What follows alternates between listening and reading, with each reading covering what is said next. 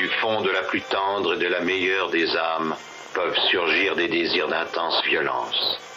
Un jour peut-être les hommes apprendront-ils à lutter contre ces monstres de l'esprit. Alors, et alors seulement, quand le cerveau humain sera vraiment capable de se contrôler, nous pourrons songer à utiliser les puissances cachées de l'univers. N'éteignez pas votre radio. Ne cherchez pas à baisser le volume. Il est déjà trop tard. 7e dimension envahit les ondes et débarque en mode podcast.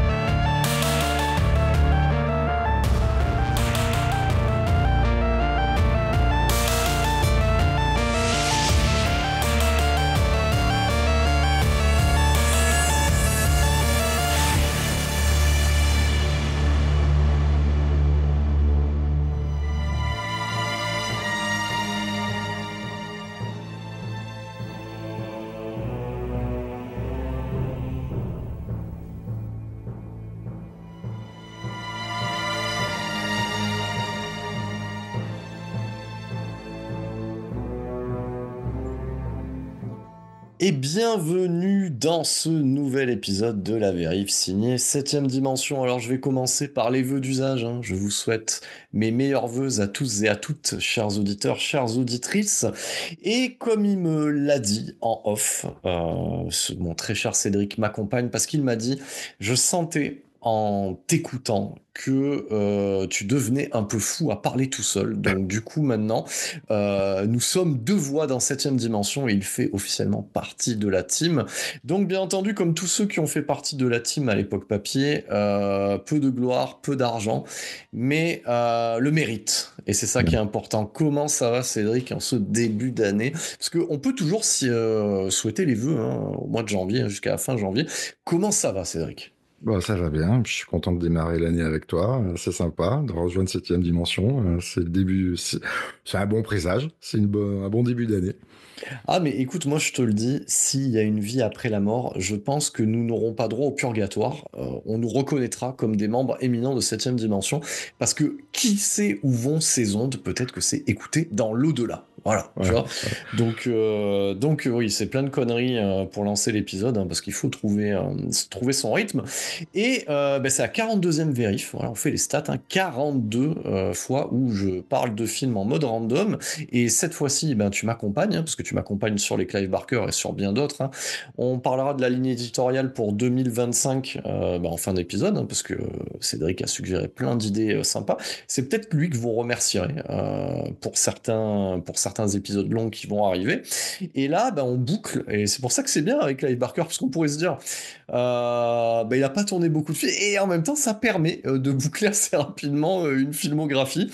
Donc, troisième et dernier effort de notre ami Clive derrière la caméra pour les besoins du Maître des Illusions version française et Lord of Illusion en version originale. Une fois n'est pas coutume, c'est une traduction littérale et c'est bien. Qu'est-ce que tu en penses? Bah, au moins on sait où on met les pieds, hein. Exactement. Et bien entendu, nous ne sommes pas sur une biographie de Siegfried et Roy ou de David Copperfield. Et il fallait que je la fasse et je la referai tout au long de l'épisode.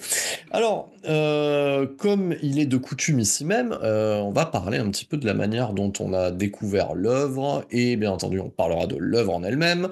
Et bien entendu, vous en avez pris l'habitude avec Clive Barker. Il y a deux versions à chroniquer. La version qui était sortie non pas en salle, mais en direct ou vidéo, et la version Director's Cut, du coup masterisée et éditée par Le Chat qui fume en 2018.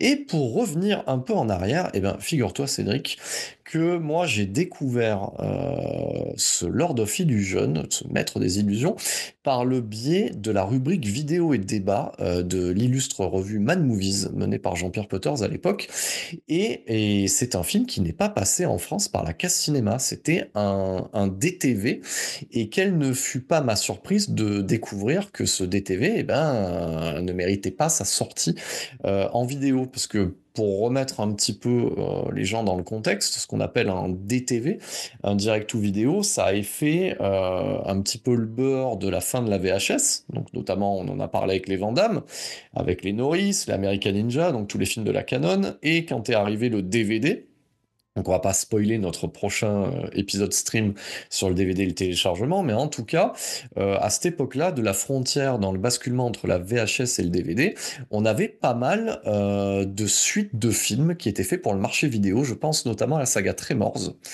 On a eu les Darkman de Sam Raimi et plein d'autres joyeusetés, les scanners aussi, hein, si je dis pas de bêtises. C'était du DTV, mais ça avait le budget en fait restreint, alors que Lord of Illusion, c'est un budget cossu, c'est un casting quasiment 4 étoiles, on en parlera, et c'est un bien triste sort pour cette œuvre qui méritait beaucoup mieux. Voilà moi comment je l'ai découvert. Donc j'ai remonté un peu les infos parce que je me rappelais plus l'éditeur. C'était une VHS et c'est aussi un DVD. Un des auditeurs, je le salue, je lui ai posé la question aujourd'hui. Et effectivement, la VHS et le DVD, c'est du MGM vidéo. Alors et toi, comment tu l'as découvert, Cédric? Oh, ben moi, c'est entraînant dans les vidéoclubs. Hein, j'avais remarqué qu'il n'était pas sorti en salle, celui-là. Et du coup, j'étais un petit peu méfiant quand j'y étais allé. Je l'avais maté à l'époque de sa sortie. Et j'y suis revenu que là, bah, justement, pour le podcast, c'est pas un film je l'avais gardé en mémoire, mais je l'avais pas refouillé. Du coup, là, c'était l'occasion. Voilà. Et est-ce que, pour rebondir sur l'épisode livestream, est-ce que quand tu es tombé dessus dans le vidéoclub, c'était un peu la danse de la pisse, comme tu l'as dit la dernière fois? Alors je me rappelle du vidéoclub, j'étais à Carpentras cette année-là. C'était un petit vidéoclub qui était sympa, tu vois, un peu celui qui concentrait, j'ai envie de dire, un stock plutôt large de films. Non, c'était pas la danse de la piste parce que j'étais déjà un peu grand, tu vois, 95, c'est bon, ça j'étais plus efficace dans ma recherche et plus directif justement dans mes choix. C'est bien, et vous noterez que on ne parle pas de porno, hein. On est vraiment sur, voilà, sur des choix efficaces de films de genre, parce qu'il était grand, hein. C'est vrai, t'es plus âgé que moi, donc tu étais au-dessus de la majorité, si je calcule bien, si je me trompe pas. Voilà, ouais. Et j'étais dans une première autonomie sociale, tu vois. Je me faisais mes petits plaisirs en solitaire tout seul dans la semaine. Et c'est là qu'il est apparu. Et c'est à ce moment-là que les auditeurs et les auditrices se disent, mais putain, on s'en fout en fait de ce qu'ils racontent là, de savoir s'il est majeur, tout ça. Et ben on donne un peu de corps à ce podcast, hein, et à cette chronique.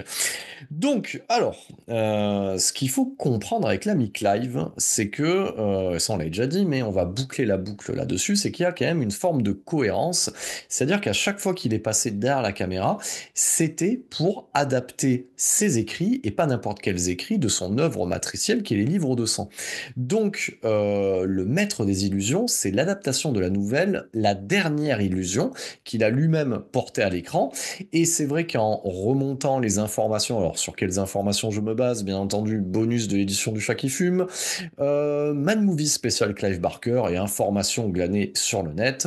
Quand il est arrivé aux États-Unis, sa carte de visite c'était Livre de sang, même s'il avait fait d'autres œuvres, et il y avait une volonté quand même de sa part, et une volonté aussi des studios, de tenter d'adapter en fait cet univers. Voilà, donc on était plutôt dans le Clive Barker Cinematic Universe, d'adapter cet univers et pourquoi pas de transformer ses œuvres en franchise.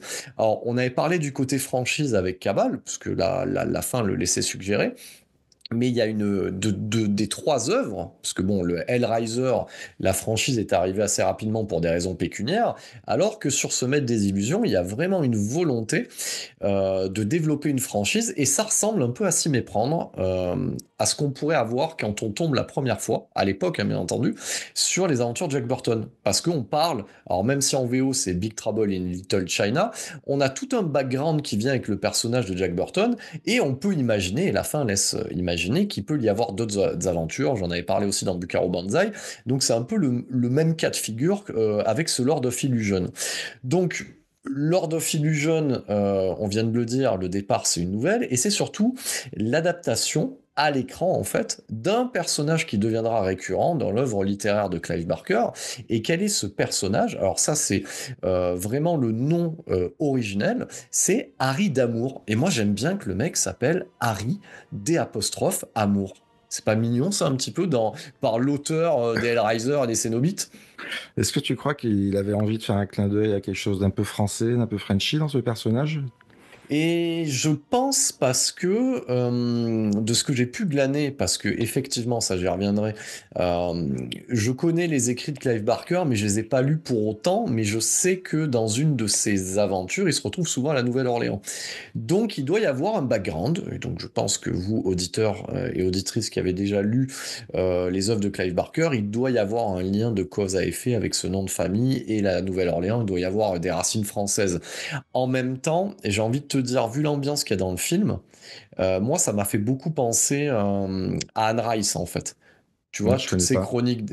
En fait, Anne Rice, c'est une autrice, voilà, qui a fait la saga des vampires. Ça a été porté à l'écran, notamment le premier tome qui est Entretien avec un vampire. Donc, putain, j'ai perdu, tu vois, regarde, on est sur le podcast. C'est Neil Jordan, voilà, je viens de le Ouais. remettre. Voilà, qui avait été adapté. Et elle a fait les chroniques des sorcières.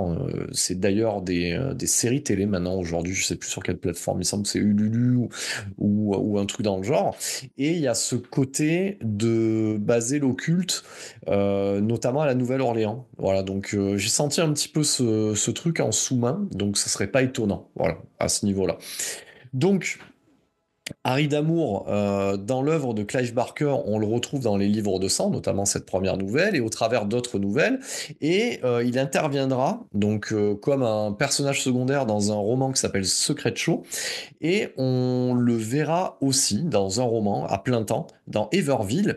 Et alors, à noter que Clive Barker lui-même orchestrera un crossover entre ces deux figures, parce que ça on peut le dire aussi, c'est que Clive Barker a quand même, un peu à la manière d'un George Lucas qui a créé deux mythologies avec Indiana Jones et Star Wars, ben lui il a créé sa mythologie des Cénobites, et à côté de ça, la mythologie d'Harry Damour. Et il va opérer un crossover de suite au début des années 2000 dans des comic books dédiés où Harry Damour va rencontrer Pinhead, et il sortira en 2015 un roman qui s'appelle les Évangiles écarlates, où nous avons une forme de clôture sur le personnage d'Harry Damour et de Pinhead, et les deux vont se rencontrer et se combattre, parce que le point de départ, c'est quand même Harry Damour qui tombe sur le cube de Le Marchand.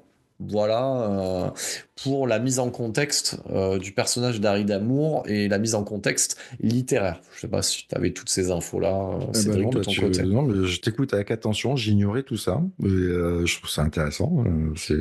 Ça mérite d'être creusé un petit peu, tu vois. Je me demande à quoi ça ressemble, un peu les deux qui se croisent. Ouais. Et je trouve ça sympa, tu vois, parce que j'aime bien, moi, ce côté un peu d'œuvre plurielle. C'est-à-dire que tu vas découvrir un personnage, par exemple, dans un film, le poursuivre dans un comic book et le retrouver après dans des romans annexes. Moi, j'aime bien ce côté-là un petit peu de multiculturel, multi-support, etc. Donc oui, il y avait une vie avant Marvel et Star Wars et tout ça, quoi. Voilà, ça fait un peu franchise, ouais. Donc, ça, c'était pour le corps, en fait, pour le point de départ. Donc, à ce moment-là, gardons en tête que là, on reprend en fait Clive Barker après le désastre de Cabal. Et on pourrait se poser la question, comment se fait-il euh, que ce maître des illusions ait un bon budget, un bon casting, et qu'on ait redonné les coups des franches à Clive Barker? Ben, la réponse à cette question, elle est simple. C'est qu'entre-temps, a été adapté avec succès euh, une autre de ces nouvelles qui est Candyman, et Candyman a donné des déclinaisons cinématographiques, je parle pas du remake, hein, je parle des suites, hein. Ça a été jusqu'au numéro 3, donc ça a été plutôt une bonne affaire. Et à côté de ça, il a été aussi le producteur, voilà, de Gods and Monsters, voilà, qui est plutôt un joli film, hein, si vous l'avez pas vu, qui traite bien entendu de plusieurs choses, c'est-à-dire Clive Barker s'est jamais caché de porter un amour d'amour à la fiancée de Frankenstein. Donc du coup, on est sur une œuvre, voilà, cinématographique, donc ce Guns and Monsters, qui va raconter un petit peu le off de James Whale, le réalisateur de cette œuvre-là, et en même temps, il va mettre en lumière ce que c'est que d'être homosexuel à Hollywood, surtout quand on est réalisateur, etc.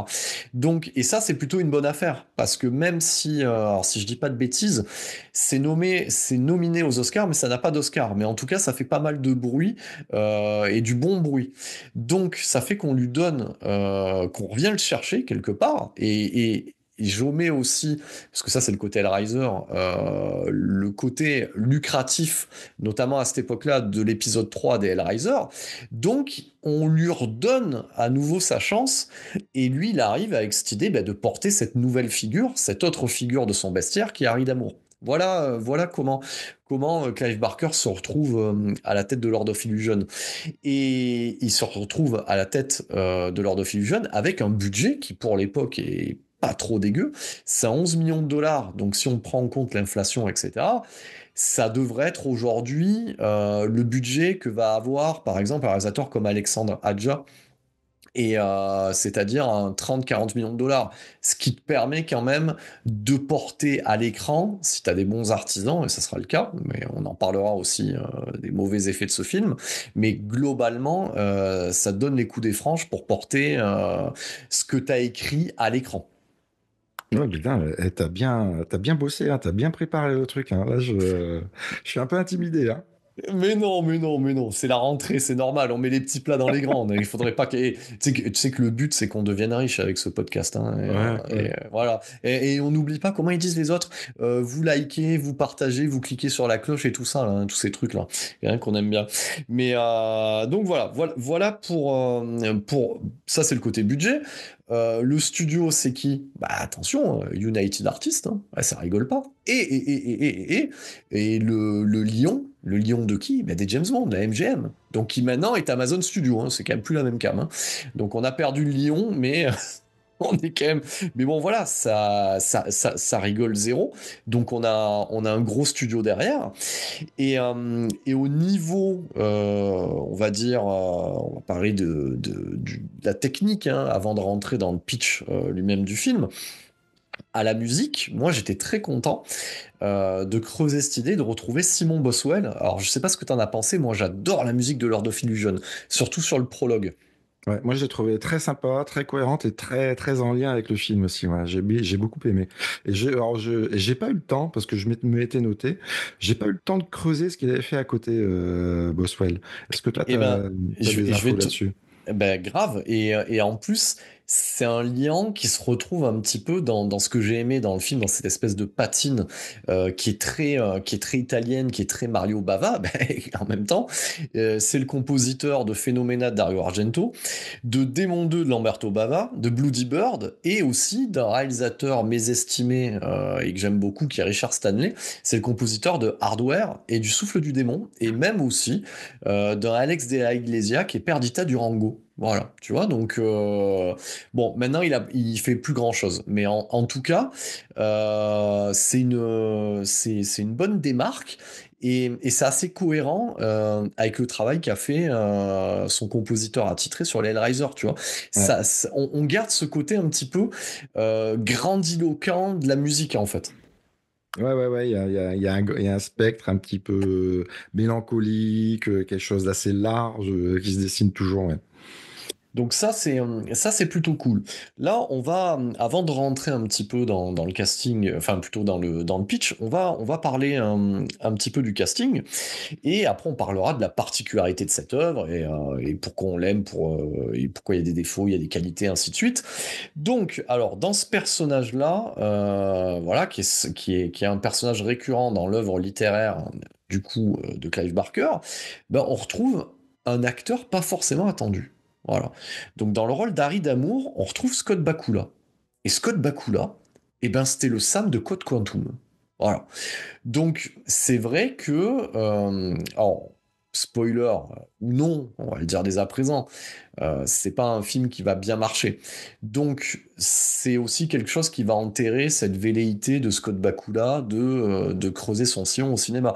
Moi, ça me fait penser un petit peu, je sais pas ce que t'en penses, Cédric, un petit peu à ce qu'a tenté de faire David Duchovny, période X-Files. C'est-à-dire Ouais. essayer de creuser et de faire des choix qui sont méritants, mais les films marchent pas, quoi. Et c'est la même époque un peu. Je pense que c'est encore un moment où sortir de la télé ou se faire repérer, à un moment ça se croise pas, tu vois. T'es l'un ou t'es dans l'autre. Et ouais, j'ai l'impression que après il est pas forcément, à mon sens, hyper convaincant dans sa façon de tenir le rôle, mais oui, c'est une tentative qui va pas forcément lui donner le succès qu'il attend. Mais c'est vrai que ça, on pourra en discuter parce que on en discutera sur ce personnage-là. Mais en tout cas, voilà, Code Quantum, moi j'ai relevé un petit peu, et le pauvre, bon, j'ai pas relevé les seconds rôles et les dixièmes rôles qu'il a fait dans des films juste après, mais voilà, le mec aujourd'hui, bon, ben, ça restera le mec de Code Quantum. Il a eu un rôle récurrent dans une série dérivée, comme c'est le faire l'univers Star Trek Enterprise, et à noter aussi un rôle récurrent, je savais même pas que ça existait ce truc-là. NCIS New Orleans. Bon, Ouais. il y a un lien de cause à effet. Le mec aime bien, le mec aime bien le bayou. Voilà, tu vois. Donc je savais même pas. Tu sais, c'est un peu comme les experts. Il y a 10 000 déclinaisons. Je savais même pas que ça existait ce truc-là. Ouais, non, j'ai jamais suivi NCIS non plus. Je sais pas où ça va cette histoire. Donc voilà, donc Scott Bakula, dans un deuxième rôle du film, parce que quand on développera un peu le pitch, on a le personnage de Swan, hein, qui est, on va dire, allez, le David Copperfield de Los Angeles à ce moment-là. On a Kevin J. O'Connor. Et Kevin J. O'Connor, écoute, c'est habituellement, enfin en tout cas à l'époque, c'était le ressort comique, le sidekick du réalisateur Stephen Sommers. Bon, moi je te le dis, il m'a jamais fait rire, hein, dans les films de Stephen Sommers, mais c'était son rôle en fait, c'était C'était sidekick. c'était lui. Oui, il le mettait, putain, ça m'insupportait. Le mec est arrivé et il avait marqué sur son front: Bonjour, je suis là pour faire rire à la galerie. Donc, on l'a dans Un cri dans l'océan, aux côtés de Treat Williams, et il y avait déjà Funky Johnson. On l'a dans La Momie, on l'a dans Van Helsing, et on l'a dans J. Joe. Voilà, donc dans tous les films de Stephen Sommers, à différents niveaux, il est là, soit, tu sais, c'est un peu une sorte de Steve Buscemi, tu vois. Tu vois, le mec, il arrive, voilà, il a son Kevin J. O'Connor, il le met là-dedans, et là, ben, dans ce film-là, ben, pour une fois, ben, il est pas là pour faire rire, et donc il interprète un vrai personnage, donc un magicien qui se fait passer pour un illusionniste, on en parlera, dans le rôle du Love Interest. Voilà, et on verra que c'est un rôle qui est assez important, qui est un rôle pivot, parce que du coup, le film marie film noir et genre horrifique. On a dans le rôle de Dorothea Funky Jensen. Et ben tu sais quoi, de tout ce casting, eh ben c'est elle qui s'en est le mieux sortie, Bah, et c'est elle qui donne le côté un petit peu casting glorieux au final. ouais, c'est clair. Ouais, on l'a retrouvé dans les X-Men, dans quelques films de genre, je crois, The Faculty aussi, d'autres trucs comme ça. Exactement. Et d'ailleurs, dans The Faculty, tu as le méchant de ce film-là, qui est Nix, qui est aussi dans The Faculty, qui joue un des profs possédés par une entité extraterrestre. Mais dis-toi qu'en cette année 95, c'est l'année de l'explosion pour notre très jolie Funky Johnson. Et elle est James Bond Girl dans GoldenEye, Ah côté de oui, c'est Pierce vrai. Brosnan. Et Ouais. ouais, 95. Mm. Elle enchaîne avec Un cri dans l'océan de Stephen Sommers, où elle retrouve Kevin J. O'Connor. The Faculty, où elle va retrouver Daniel Von Bargen dans le rôle de Nix. Elle est dans X-Men 1, 2, 3. Attention, autre trilogie à son actif, parce qu'on a tendance à l'oublier. Taken 1, 2 et 3. X-Men Day of the Future Past. Et il fallait quand même un podcast pour le dire, l'adaptation récente des Chevaliers du Zodiaque, qui est pas si nulle que ça. Voilà. Ok. Bon, mais elle joue bien, moi. Elle a du caractère, hein. Quand elle est devant la caméra, elle aspire l'image, hein. Elle est là, elle est présente, hein. Parce qu'elle a le côté, tu vois, elle a ce côté de brune vénéneuse, et elle le porte bien en fait. Non, non, c'est quand même une actrice qui a, tu vois, souvent on dit, tu vois, si on fait l'opposé, souvent on dit que des acteurs comme George Clooney, Brad Pitt, ils arrivent en peu de mots à avoir une sorte de charisme naturel. elle est le pendant féminin de ça, hein. Je veux dire, avec Sharon Stone ou même d'autres actrices du même acabit, elle est là, elle occupe l'écran, tu vois. Elle n'a pas besoin d'avoir beaucoup de dialogue. Et on parle pas de la plastique. Elle Mm. a un regard, une posture qui fait que forcément, elle magnétise. Voilà, elle est magnétique. Donc moi, j'aime beaucoup cette actrice, vous l'aurez compris. Et dans le rôle du salaud, parce qu'il faut toujours un salaud, hein, quand même, hein, on a Daniel Von Bargen dans le rôle de Nyx, qui est, on le verra dans le pitch, une sorte de magicien maléfique, et à noter, ça va sûrement te faire rire, habitué du croque-top. Dès les premières minutes, ça m'a marqué. Il se trimballe comme une sorte de personnage de dessin animé avec un t-shirt trop juste et le petit bidou qui déborde. Voilà. Donc ça, à noter. Voilà. Donc le mec est très adepte du croque-top et on l'a vu dans Seinfeld, Malcolm, et on le verra aussi dans Basic Instinct, Robocop 3 et aussi The Faculty, dans le rôle de ce prof qui boit un peu trop d'eau comme le prof de sport, incarné par ce cher Robert Patrick. Alors, j'ai pas relevé toute sa filmo, il a une filmo longue comme le bras, parce qu'il est habitué des rôles de professeur salopard ou militaire salopard. Donc voilà, donc dès que tu veux un salaud, tu fais appel à Daniel Von Bargen, et paix à son âme qui nous a quittés en 2015. Tous les autres sont encore vivants, hein, bien entendu. Donc on fait toujours un petit peu le côté rubrique nécrologique, hein, parce que de toute façon, je te le cache pas, Cédric, plus on va aller dans certains films, déjà dernièrement on a perdu David Lynch. Donc Mm. voilà, rest in peace, my man. Donc plus on va aller dans le gouffre des années 80 et plus on va faire des rubriques nécrologiques, hein. J'en ai bien peur, hein, quand même, hein. C'est Donc, le tenant de notre âge aussi, de notre génération, hein. oui, bon, Ouais. je ne souhaite pas la même chose, on a encore de beaux jours devant nous, hein. Donc, on entame notre deuxième vie, hein, la meilleure, il paraît. Ouais. Donc, voilà pour le casting, la technique, tout ce qu'il y a de bon à savoir. Cédric, j'aime bien t'envoyer des bons ballons, tu sais, j'essaye de te faire des centres cadrés. Ouais, j'essaie de les Est-ce que, attraper. est-ce que tu es capable de me pitcher cette dernière tentative au cinéma de Clive Barker? Alors, ça commence dans un désert, c'est poussiéreux. On arrive dans une secte, hein, qui semble adorer une personne qui aurait des pouvoirs un peu maléfiques et des intentions de réincarnation.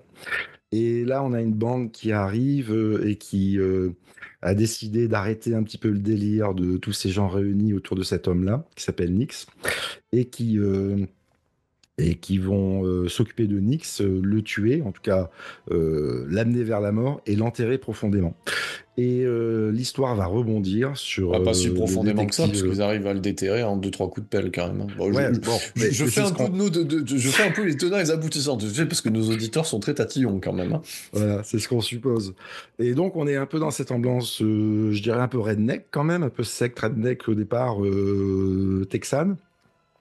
Et puis après, on va prendre le relais avec le détective Harry Damour, qui va être amené à partir dans cette région-là pour enquêter et retrouver un mec, un petit escroc, hein, je crois.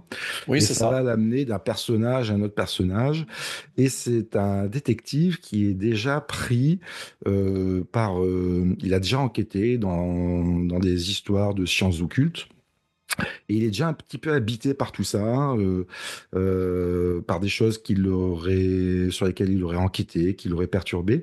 Donc c'est quelqu'un d'assez familier avec les sciences occultes et qui va finalement nous amener à retraverser un petit peu 15 ans plus tard les restes de cette secte-là, en croisant le personnage de Swan, celui qui a pris en charge d'éliminer Nyx, Dorothy, sa compagne, a priori.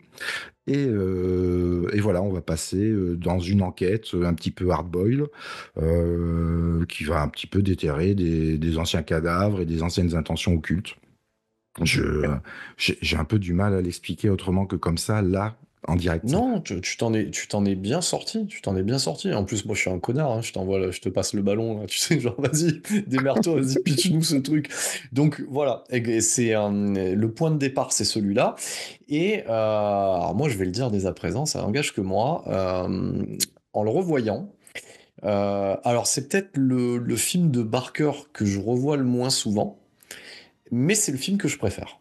Pourquoi? Parce que putain de merde, il bouge sa caméra. Et c'est vrai que le making of m'a confirmé cela. On a un Barker, donc c'est un peu la quintessence. Je pense que dans cette œuvre-là, il a maturité, dans le sens où il maîtrise vraiment de A à Z une grammaire en fait cinématographique qui était plutôt absente de ces deux précédents efforts. Alors, bien entendu, qui suis-je, moi, pour critiquer voilà, Hellraiser et Cabal, mais je l'avais déjà notifié, c'est quand même des films qui sont assez statiques.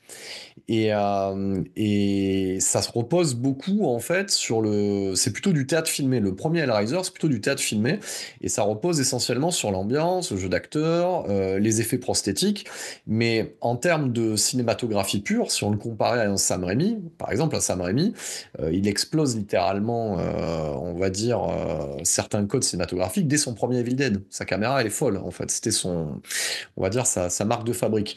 Alors que Barker, on pourrait comparer son Hellraiser. En fait, on pourrait faire même un comparatif entre Barker et Tarantino, qui sont tous les deux issus de l'écrit. Alors Tarantino n'a pas sorti de bouquin, mais c'est tous les deux au point de départ une sorte de théâtre filmé. On pose des ambiances, des obsessions, etc. Et Tarantino, lui, il arrive à doper sa grammaire cinématographique et à proposer autre chose, je crois bien, à partir de Kill Bill. Voilà, où il se force à filmer l'action, etc.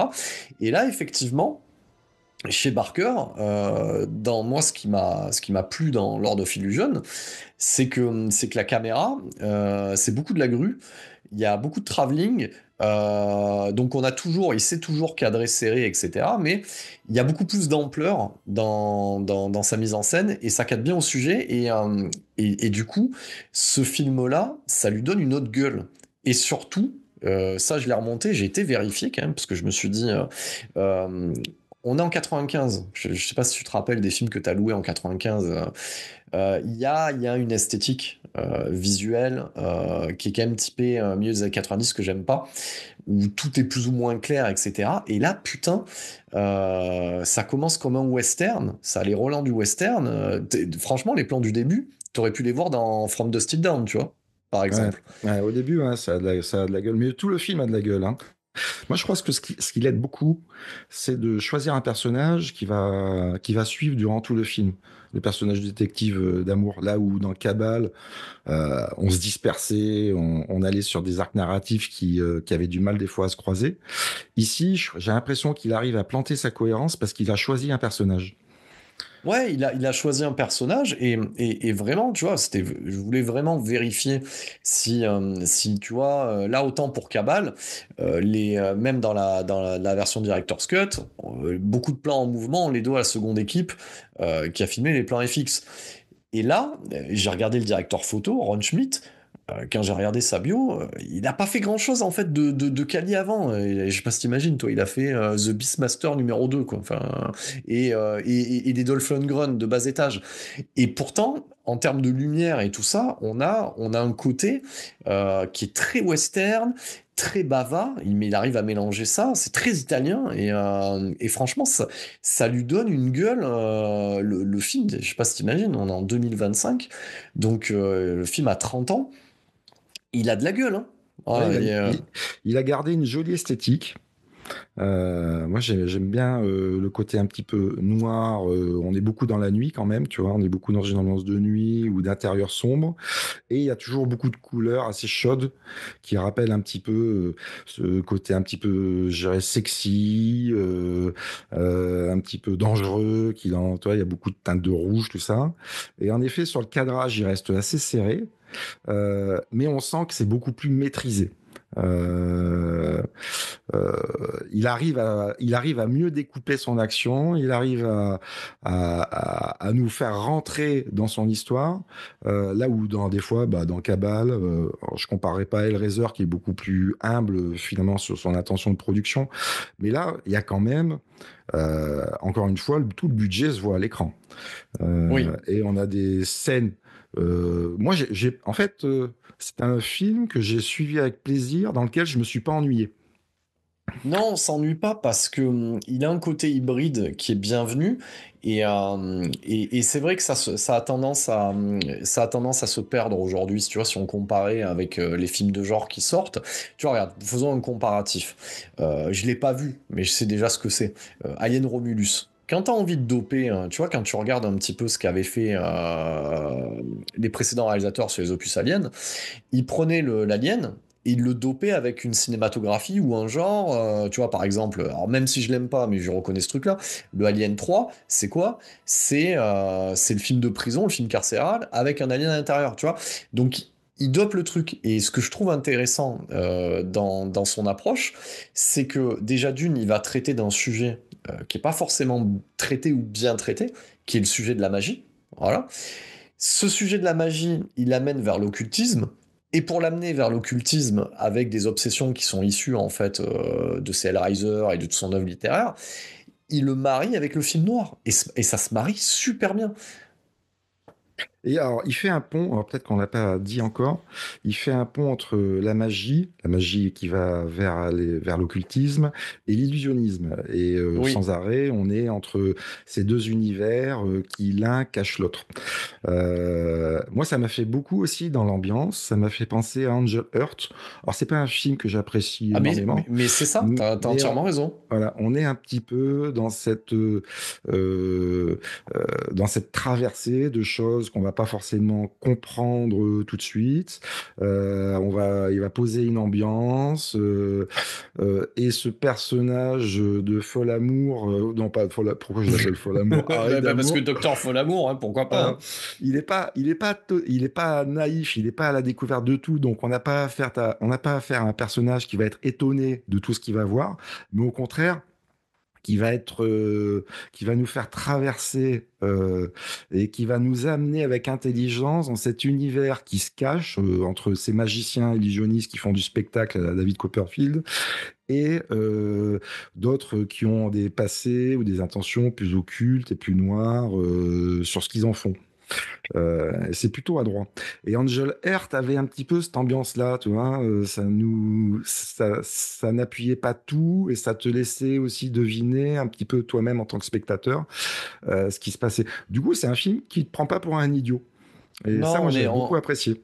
on est d'accord. Le Angel Heart, c'est une très bonne référence parce qu'effectivement, on pourrait même citer l'Emprise des Ténèbres aussi pour le côté de l'ambiance, tu vois, le Wes Craven avec Ouais, Bill c'est vrai. Pullman. Il y a ce côté-là, sauf que lui était parti du côté vaudou. Moi, ça me fait sourire parce que je repense toujours à Angel Heart, c'était la catégorie de ces films, tu sais, où on fait du fantastique sans trop l'assumer en fait. Voilà, donc c'était le côté, voilà, Alan Parker, réalisateur, voilà, réalisateur connu, machin. Donc on va prendre un sujet de série B, en faire une série A et on va le dépouiller. Sauf que effectivement, à l'actif d'Angel Heart, et c'est peut-être ce qui manque hein, dans Lord of Illusion, peut-être qu'il aurait fallu un Mickey Rourke en lieu et place de Scott Bakula. Tu vois, quelqu'un qui incarne un peu plus et où tout c'est marqué sur sa gueule que le mec dans sa vie, tu sais, c'est même pas du jeu d'acteur, c'est un film noir déjà. Mm. Donc, mais tu vois, je fais la petite parenthèse, moi ça m'a toujours fait rire, et c'est ça le gros problème d'Angel Heart, c'est que le personnage, bon, il s'appelle Louis Cipher, quoi. Donc, Oui, les ouais. gars, fallait changer de patronyme quand même, tu vois. Mm. Voilà. Donc le truc, il est spoilé, mais tu vois, ces films-là, contrairement à Lord of Illusion qui attaque frontalement le genre même en le mariant, tu vois, on pourrait penser à l'Avocat du Diable aussi, qui est ce genre de film aussi où je fais du fantastique sans trop faire du fantastique, mais voilà. Donc, putain, on ressort des pépites des débuts des années 2000, tu vois, et la fin des années 80, quoi. Ouais. Donc, effectivement, ce qui est plutôt bienvenu, c'est ce mariage-là.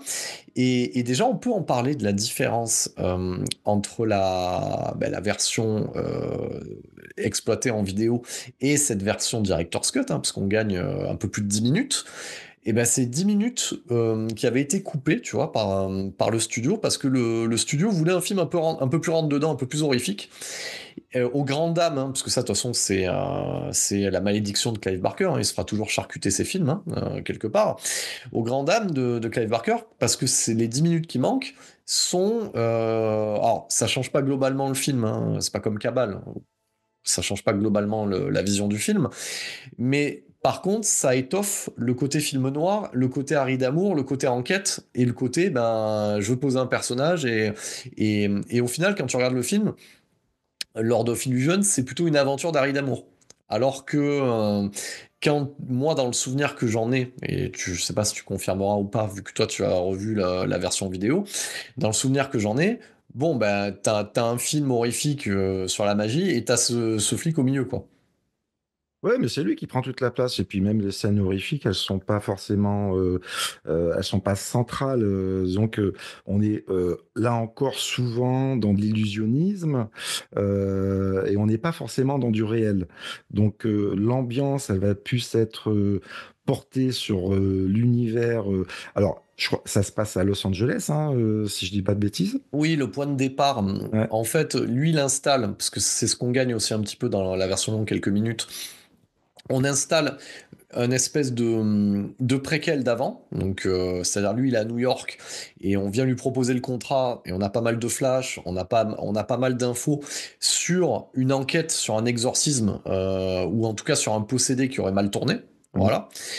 Et on lui demande, comme une sorte de vacances, voilà, un petit contrat à la con, sauf que c'est pas le cas, hein, bien entendu, d'aller du côté de Los Angeles. Voilà, c'est ça. Et on va pas avoir un Los Angeles comme on a l'habitude de le voir, on va avoir un Los Angeles qui va justement plutôt teinter de la Nouvelle-Orléans.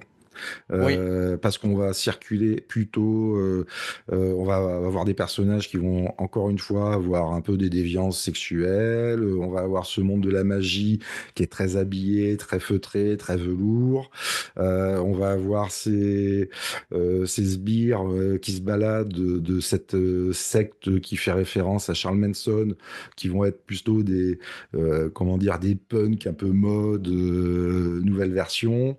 Et le côté horrifique, il va plutôt être dans l'imagerie aussi, rappeler de ce que, comment dire, des comportements un peu fous et hystériques, des gens, des personnages qui sont affiliés à cette secte de Nyx, toi, qui vénère ouais. Nyx et qui voudrait. Donc, on n'est pas dans de l'horreur. Comme on a l'habitude de le voir en fait, on est plutôt dans une imagerie de la folie ou ouais, de la folie ou de l'affiliation à la folie. Mais là où moi, en le revoyant, je me suis fait une remarque, je me suis dit, putain, il est sacrément précurseur. Et j'ai envie de faire un comparatif, tu vois, je vais aller te chercher des choses qui sont pas attendues. J'ai envie de faire un comparatif avec Ghost of Mars de Carpenter.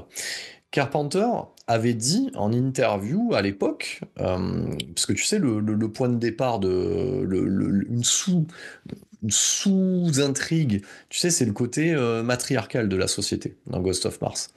Et, euh, et Carpenter avait dit, vous verrez, dans quelques années, ce que j'ai mis en place là-dedans, ça aura du sens. Et effectivement, quand tu regardes Ghost of Mars et tu vois les dynamiques homme-femme, ça a du sens par rapport au contexte sociétaire aujourd'hui. Et quand j'ai revu Lord of Illusion, là, il y a quelques jours, et je regarde, je me suis dit, putain, c'est sacrément précurseur dans le sens où, tu sais, aujourd'hui, dans le communautarisme, qu'on le voit sur l'Internet 2.0, sur des tendances, que ce soit alimentaire ou autre, t'es rapidement dans une forme de suivi de figures qui sont là et qui drainent des gens en fait qui sont prêts à se battre pour ces figures-là, et même sur le côté que tu as sur Netflix notamment, où il y a une sorte de fascination aussi sur le docu, sur les sectes, les serial killers, etc. Et effectivement, je me suis dit putain, je l'avais pas vu sous cet angle, mais je pense qu'on pouvait pas le voir sous cet angle, ce qui rajoute du génie aux écrits de Clive Barker.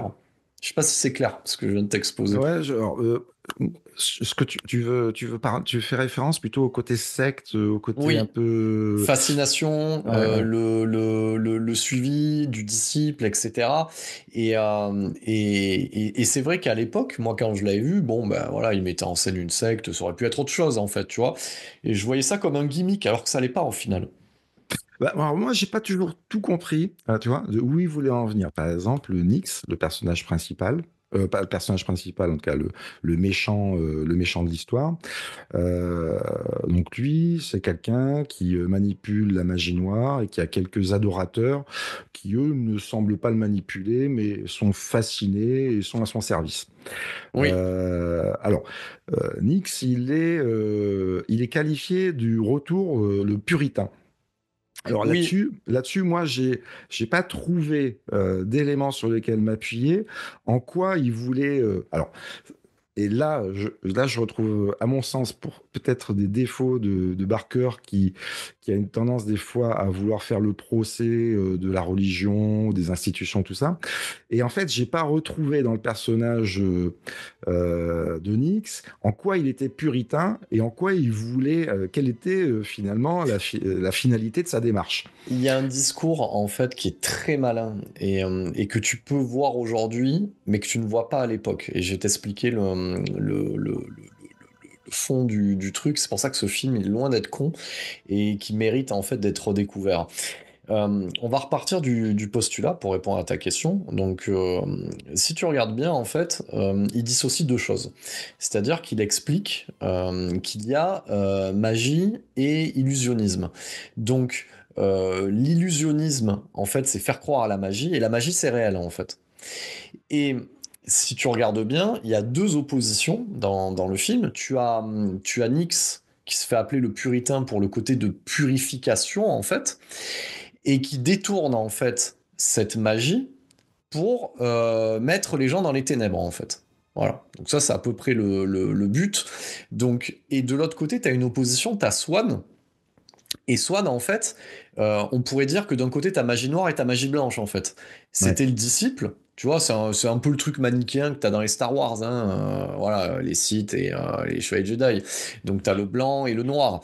Et Swan, du coup, lui aussi maîtrise la magie, mais essaye de l'utiliser pour contrer, hein, en fait, Nyx. Mais il est un peu couard. Et c'est un peu un poltron, en fait. Ouais, Et, ouais, il est pas drainé par un grand courage, une grande affirmation de sa démarche. Et dans cette dynamique, tu peux y voir, au final, la propre histoire de Barker. C'est-à-dire que Barker, c'est Swan. Donc, c'est-à-dire que lui, il veut faire de la magie pour faire le bien. Et Nyx, au final, c'est le studio. Donc, c'est-à-dire que lui, il utilise la magie pour détruire. Et t'as ce discours en sous-main, en fait. Ouais, Tu vois? mais tu vois, j'ai pas, pour revenir à ce que je te disais, j'ai pas trop capté quelle était la motivation de Nyx. Eh ben Euh, alors, Nyx, il a plusieurs motivations parce que je me suis posé la même question que toi. Donc, et je pense que Nyx, il a la même motivation que la Némésis de Schwarzenegger dans Commando. Je pense qu'il aime beaucoup Swan, un peu trop, et il le dit même à la fin. Voilà, donc il lui dit des choses quand même. Il lui dit que voilà, il veut Swan et que de ouais, toute manière il le tuera, mais que quand même il le veut à ses côtés parce qu'il y a que lui qui peut comprendre. Donc il y a quand même une relation, voilà, entre les ouais, c'est deux. vrai. Voilà, et que les autres, c'est que du bétail en fait, hein, c'est que du menu frottin. Parce que je sais pas si t'as remarqué, le Nyx, on va en parler, t'as un espèce de personnage, donc un méchant qui est une espèce de sick fuck là, qui fait tout pour son maître, et quand il le réveille, la première chose qu'il lui fait, c'est le gifler et lui taper dans les burnes en fait. Donc Ouais, le il a Nyx, aucun il est respect plutôt pour lui, sympa. ouais. Ouais. Ouais, il a aucun respect pour lui. Alors que Swan, qui lui a manqué de respect, il a dû, tu vois, on va dire, comment on pourrait dire ça? Il l'a pas enfermé oui, en le mettant au supplice, en l'empêchant de nuire, avec d'ailleurs un masque, hein, c'est Barker lui-même hein, qui l'a fabriqué le masque. Donc ça, c'est Steve Johnson qui s'est occupé des effets qui l'a dit. Ah, mais C'est un hommage au, j'ai adoré le masque, hein. Le masque, je l'ai voilà, trouvé extrêmement puissant visuellement. c'est un hommage à Bava au masque du démon en fait. Voilà, donc il l'a fait en ce sens. Donc il l'a bloqué en fait quelque part. Et Et tu sais, il y a cette espèce de truc comme dans Commando, tu sais, où le mec, de toute façon, il se réveille, il est random là-dessus, en fait, tu vois. Donc c'est vraiment, on pourrait dire que c'est vraiment une querelle d'amoureux, les deux, là. Et tout le reste, au milieu, Harry Damour est juste spectateur de tout le bordel, en fait. Tu vois? Ouais, mais parce que peut-être Swan, c'est le seul de sa secte qui arrive lui-même à manipuler de la magie, quoi. En fait, est-ce qu'il fait de la magie? Non, il fait que de l'illusionnisme. Non, non, Je il sais fait de pas la si... magie. Parce que Harry Damour lui dit, à un moment donné, tu sais, quand il soulève une bagnole, il lui dit, putain, tout ce talent Ah pour oui, juste c'est vrai. soulever une bagnole. Oui, oui. Mais non, mais je l'adore, Harry Damour, Oui, parce que c'est vrai. on peut en dire ce qu'on veut. Il envoie des petits missiles à un moment donné, parce qu'on va remettre le point de départ, parce que si les auditeurs auditrices sont perdus, à la base, Harry Damour se retrouve basculé du côté de chez Swan, et ça t'a plu? Ouais, ouais, elle est bienvenue, celle-là. Elle était pas mal. Il se retrouve là-bas parce que du coup, celle qu'on croit être son épouse, voilà, lui dit qu'il reçoit des menaces de mort. Voilà. Donc lui, quand il suivait son petit malfrat, il se retrouve face à une exécution sommaire d'un des anciens compatriotes de Swan. Et par défaut, la petite Dorothea, bon, bah, elle dit pas au début, mais voilà, elle a vu le Harry d'amour, le type il est en Marcel. Tu vois, le mec il est en Marcel, il sent le whisky, de suite ça active tout, tu vois, de son côté, tu vois. Ouais. Donc ouais, elle s'est dit, bon, et la magie ça va 2 secondes. on veut, on veut du New-Yorkais là, tu sais, qui fume des clopes et tout ça. Donc du coup, et qui a un zippo, hein, il a tout l'attirail du film noir le mec. Hein. Et donc du coup, elle lui dit, oui, bon, mon mari, alors c'est jamais trop verbalisé, hein, mais voilà, Swan, Mon mari hein, n'est pas mon mari. voilà, mon mari n'est pas mon mari, tu sais, glissé, ça c'est. C'est les femmes, tu sais. Mon mari n'est pas trop mon mari, mais bon, quand même. Donc, du coup, voilà, il se fait un peu emmerder. Est-ce que tu pourras mener l'enquête? Et lui, il se retrouve à mener l'enquête comme ça. Et effectivement, c'est là tout le tour de passe-passe du truc. C'est que Swan, dans cette nouvelle vie, en ayant quitté Nyx au bout de 15 ans, c'est un magicien qui se fait passer pour un illusionniste. Elle est là, la feinte, en fait. Ouais, ouais. Oui, et puis il y a tout cet univers de d'autres magiciens. On ne sait pas est-ce qu'ils touchent à la magie, les autres magiciens. Tu sais qu'à un moment, il va dans le Alors, château de la magie.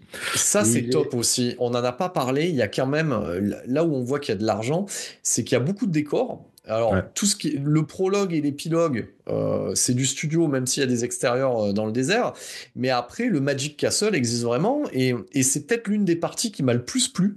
Parce que bah, ça ancre une sorte de mythologie. Et pour répondre à ta question, quand il rentre par effraction bon, donc ça c'est un avec Billy, bon. c'est Billy, je crois, que Ouais, s'appelle Billy Billy Woo, le bon, magicien. Billy le magicien, bon, ils deviennent copains comme cochons en 2-3 tours de cartes. Hein. Ouais, Donc bon, voilà, ils rentrent par effraction dans le truc, et dans cette pièce secrète qui révèle toutes les magies d'une nuit des temps, il y a le dossier de Nyx.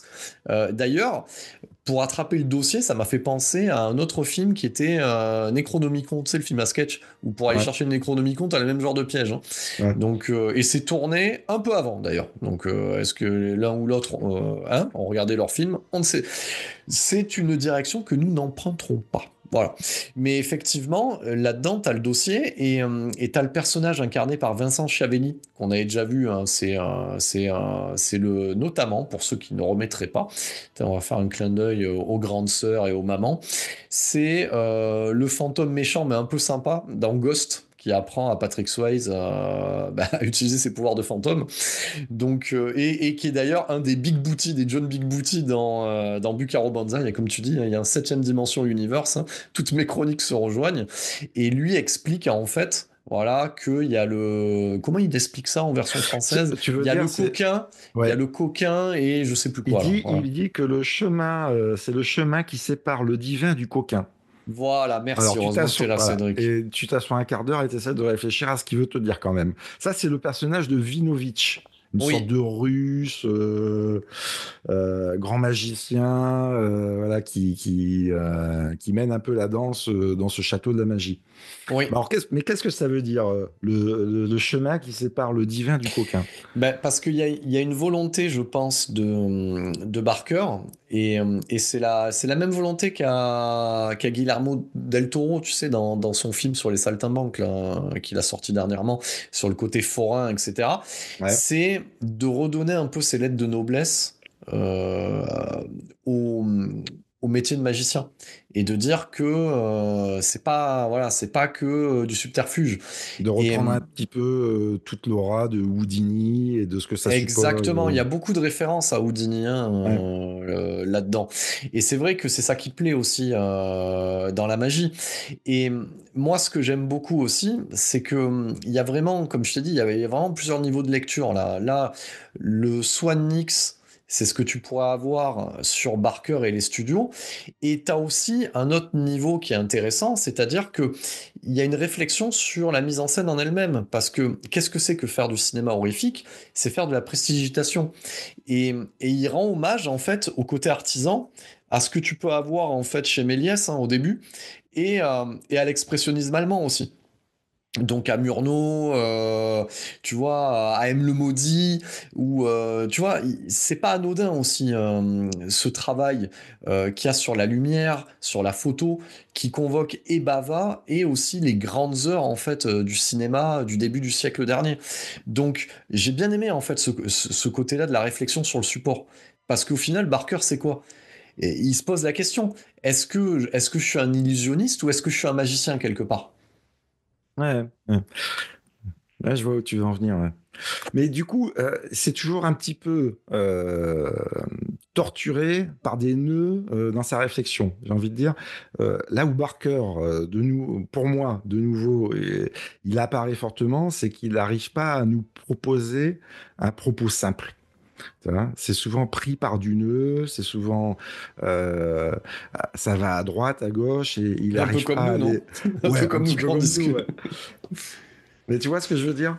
Oui, oui, parce que je pense que le mec est complexe. Et je pense que c'est à la fois la force et la faiblesse de toutes ces adaptations. Parce que, tu vois, autant Hellraiser, j'ai envie de te dire, c'est un premier essai, comme un premier riff de guitare, tu vois. C'est toi qui l'avais dit, hein, c'est un son, c'est un goût un peu garage, quoi, tu vois. Ouais. Et déjà dans Cabal, c'est compliqué.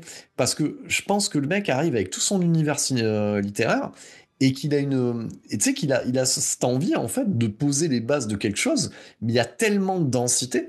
Tu vois, Lord of Illusion, c'est un peu comme Cabal. Il y a la même densité en fait, hein. Si tu regardes bien, ça a les mêmes défauts de ses qualités. Cabal, t'avais quoi? Je veux dire, tu peux remplacer le personnage incarné par David Cronenberg dans Cabal par celui d'Harry Damour, en fait. C'est une autre intrigue, un autre style qui se greffe par-dessus. Ouais, ouais, ouais. Mais du coup, tu vois, ça me rappelle, moi, souvent, du coup, là, en ayant revu les trois films de Barker, euh, il y a comme une aura un petit peu new-yorkaise où il veut faire partie du top 5 et en même temps, c'est celui qu'il n'arrête pas d'accuser ou de montrer du doigt, tu vois. Il a envie d'être ce qu'il dénonce. Et il n'arrive pas à solutionner ce propos-là dans ces trois films et dans sa façon de raconter ses histoires. Moi, c'est un petit peu ça que me renvoie Barker à chaque fois sur les trois films qu'on a chroniqués ensemble. Mais c'est dommage que t'aies pas vu la Director's Cut parce qu'elle est plus équilibrée. Et moi, je trouve qu'il arrive à mieux mener son mariage des genres, même si ça reste un truc compliqué, hein. Tu vois, regarde, rien que quand tu l'as pitché, vas-y, imagine, tu proposes ça à quelqu'un un samedi soir. Bon, regardez Lord of Illusion, ça parle quoi? Ou alors, bon, ce film sur la magie, mais c'est pas trop la magie, il y a des trucs. Enfin, voilà, c'est compliqué l'histoire. Tu vois, et en même temps, j'ai envie de te dire, c'est peut-être ce qui nous manque aussi. Parce qu'aujourd'hui, voilà, et je te donne un exemple, Peach Taylor Ike. Bon, bah, c'est un film d'action, il y a un mec, bon, mais il est énervé, il va au Bangladesh et voilà, il sauve un gamin. Oui, oui, tu peux les pitcher facilement en fait. Ça, y a pas de souci. Et si tu remarques bien, ce que tu as du mal à pitcher, c'est les films qui restent encore des films comme on a pu en consommer, comme le Furiosa. Va pitcher Furiosa. Tu Ouais. vois, va pitcher. Donc oui, oui, ça devient, c'est complexe. Mais tu vois, pour en revenir sur la Director's Cut, ce qui manquait, on en avait parlé tous les deux. Rappelle-toi le côté love interest de notre ami Boone. T'as rappelles que c'était quand même assez mal amené, hein, Bah, le truc. Boone, c'est un petit peu comme Swan, c'est-à-dire c'est des personnages qui ont du mal à assumer leur position, leur choix, et qui sont un petit peu faibles alors ça devrait être des personnages forts. Et Et c'est là, encore le love interest, comme tu me ramènes, qui finalement fait les choix les plus cruciaux, oui, qui dirige finalement l'action, quoi, qui vont motiver l'action. là où ça gagne dans la Director's Cut, moi je te le dis, tant pis pour toi, voilà, c'est que c'est la relation entre Harry D'Amour et Dorothea qui est dopée parce que, et là, une fois n'est pas coutume chez Barker, on a une vraie scène d'amour dans le film qui est filmée et qui est incarnée en fait. Donc voilà, et donc oui, oui, oui, messieurs, oui, on a l'occasion de se rincer un peu l'œil. Donc Alors moi, voilà. du coup, ça me remet en tête certaines images de Harry D'Amour, justement après cette scène d'amour, où il est torse nu, un peu suintant de sueur dans la maison, il continue à mener son enquête, à faire des hypothèses. Là, moi, ça m'a fait mourir de rire. Moi, j'ai beaucoup aimé ce moment-là. Je sais pas Oui, si bah tu vois. oui, je vois, mais il te manquait des passages. Donc il te manquait des D'accord. passages. Voilà, parce que voilà, du coup, ça, dans cette version-là, donc bon, il était occupé, mais avant, il n'était pas venu pour ça. Donc l'un dans l'autre, mais on a vraiment, moi, ce qui me plaît voilà, dans le film noir, c'est qu'on a le prototype de l'âme fatale, on a le prototype du flic des abusés, mais c'est pas que ça en fait. Et ça évolue dans une direction qui est assez intéressante. Et du coup, les deux acteurs s'en sortent bien. Parlons maintenant des sujets qui pourraient être des sujets de discorde du film. Parce que tout n'est pas bon dans le film. Voilà. Bon, il y a le casque de Bakula. Bon, on va en parler. Moi, je vais te dire mon sentiment. Bon, moi, ce que j'aime avec Scott Bakula, c'est qu'il a une gueule de daron. Tu vois? Tu sais, Ouais. ça change un peu, tu sais, quand tu le vois. Tu sais, il a une grosse mâchoire. Tu sais, c'est le genre de prototype masculin que t'as plus aujourd'hui, tu vois? Et voilà. Le mec, quand il est là, tu sais que... je sais pas quel âge il avait à ce moment-là, tu sais déjà que le mec, il a 45 ans d'entrée de jeu. Tu sais pas pour le mec, il a éternellement 45 ans, tu vois? Il a toujours le même âge. Ouais. Ouais, tu vois. Et il me fait penser, tu sais, à l'acteur principal de la série Flash qu'on a connu dans les années 90. Tu vois, ce genre de type un peu musculeux et que le mec, il a éternellement 45 ans. Tu vois. Donc, il a ce côté-là. Le problème du personnage, c'est que le mec est spectateur de l'action. Donc, il est un peu comme Jack Burton. Hein. Donc, c'est-à-dire qu'il se retrouve dans les trucs sans trop savoir pourquoi. Voilà, mais il le fait. Donc bon, Mais il est à l'aise quand même. Hein. ouais, il est à l'aise parce que bon, ça l'empêche pas de pécho et ça l'empêche pas de distribuer des nions. Tu vois ce que je veux te dire. Ouais, Mais ouais. globalement, il a quand même parce que c'est quand même le flic de l'occulte et il a quand même un train de retard. Hein. C'est sa spécialité, le mec. Hein, si tu vois ce que je veux te dire. Donc effectivement, c'est un choix étrange. Ça, moi, je trouve que ça fonctionne. Ça va avec le film en lui-même. Mais effectivement, on aurait pu avoir un meilleur choix. Ça, je vais pas te mentir. Je sais pas quel est ton avis là-dessus. Bah écoute, moi je le trouvais sur Code Quantum ouais, Code Quantum, je le trouvais très généreux, tu vois, très habile en termes d'acting. Et là, je l'ai trouvé assez monolithique, assez placide.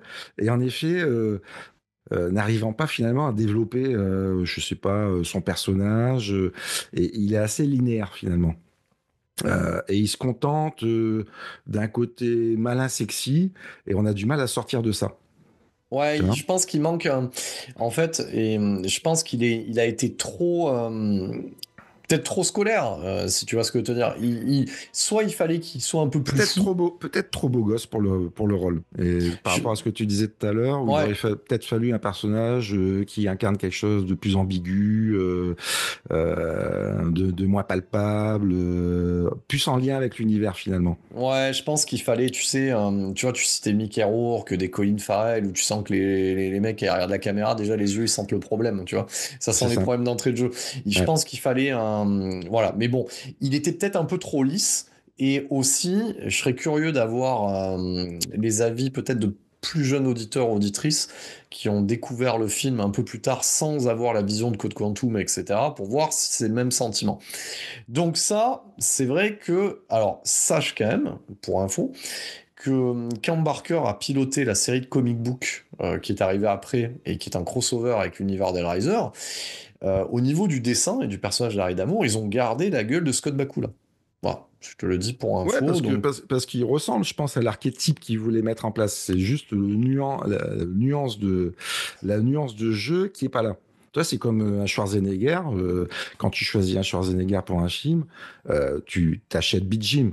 En fait, hmm, t'achètes le visage parfait du musculeux et tu lui demandes pas d'en faire plus que d'être dans la pose iconique, oui, même s'il y arrive à un moment. oui, Mais en fait, oui. il correspond au jouet que tu manipulerais pour faire ta scène d'action tout seul quand tu es un gamin chez toi. Je Et suis. Bakula, il ressemble à ça. En fait, il ressemble au personnage. C'est juste la nuance de jeu qui est pas. Peut-être que aussi, il n'a pas été assez bien guidé, tu vois. Ça me fait penser au personnage de Swan, qui finalement non plus n'arrive pas à être très développé.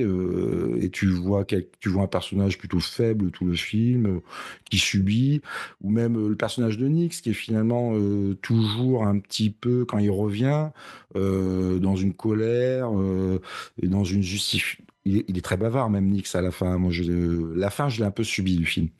Mais Mais finalement, tu ah, vois, voilà, on est sur un manque de nuances globalement sur l'acting.